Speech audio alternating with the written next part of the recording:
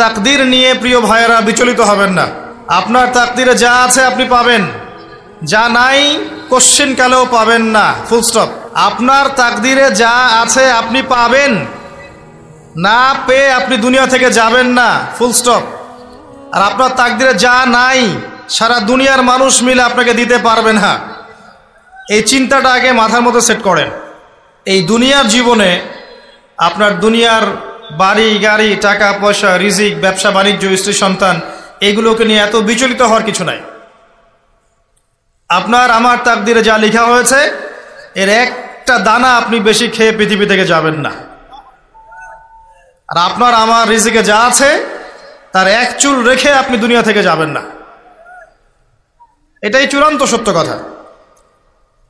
আপনি ঘুষ খান আর সুদ খান আর দুর্নীতি করেন আর মানুষের সম্পদ আত্মসাৎই করেন না কেন, যতটুকু লেখা আছে আপনার তাকদীরে এর বেশি আপনি কিচ্ছু পাবেন না।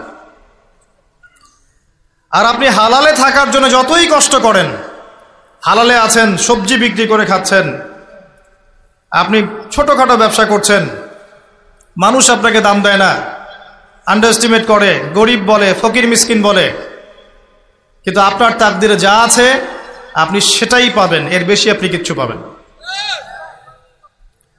হুয়াল আউয়ালু ওয়াল আখির, আল্লাহ পাক প্রথম এবং আল্লাহই শেষ। কুল্লু মান আলাইহা ফান ওয়া ইয়াবকা ওয়াজহু রাব্বিকা যুল জালালি ওয়াল ইকরাম। প্রত্যেকটা বিষয় ফানা হয়ে যাবে, কিচ্ছু থাকবে না।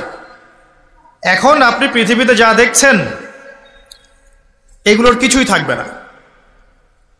প্রত্যেক মানুষ, প্রত্যেকটা জিন, প্রত্যেক উদ্ভিদ, প্রত্যেক এই প্রাণী, আকাশ, মহাবিশ্ব, গ্রহ নক্ষত্র, চন্দ্র সূর্য, সমুদ্র, পাহাড় পর্বত, বিশ্বনেতা, রাষ্ট্রনেতা, সমাজ নেতা, পরিবারের কর্তা, অর্থনৈতিক নেতা, সবাই মারা যাবে, সবাই শেষ হয়ে যাবে, কিচ্ছু থাকবে না। এই বিষয়টা আগে ভালো করে হজম করতে হবে যে আমরা এখানে থাকতে আসিনি, আমরা এই দুনিয়ায় থাকতে আসিনি, আমরা এখানে এসেছি চলে যেতে। যার মনের মধ্যে এই কনসেপ্ট থাকে সে কখনো আল্লাহ পাকের বিদ্রোহী হতে পারে না, সে কখনো আল্লাহ দ্রোহিতা করতে পারে না, কুফরি করতে পারে না, শিরক করতে পারে না, আল্লাহর অবাধ্য হতে পারে না। যার মনের মধ্যে এই চিন্তা বদ্ধমূল যে আমি এখানে থাকতে আসিনি, আমি এখানে মুসাফিরের মতো এসেছি, গাছের ছায়ায় বিশ্রাম নিচ্ছি, বিশ্রাম নিয়ে শেষ হবে চলে যাব। যারাই আল্লাহ দ্রোহিতায় লিপ্ত হচ্ছে, শিরিক করছে, বেদাত করছে, হারাম খাচ্ছে, ঘুষ খাচ্ছে, সুদ খাচ্ছে, জেনা করছে, আল্লাহ দ্রোহিতা করছে, আল্লাহর বিধানকে অস্বীকার করছে, তারা ইনডাইরেক্টলি ধরে নিয়েছে যে তারা মনে হয় পৃথিবীতে চিরকাল থাকবে। কারণ যদি কিয়ামতের মাঠের কথা তাদের স্মরণ থাকতো তারা কখনোই কাজগুলো করতে পারতো না, পারতো?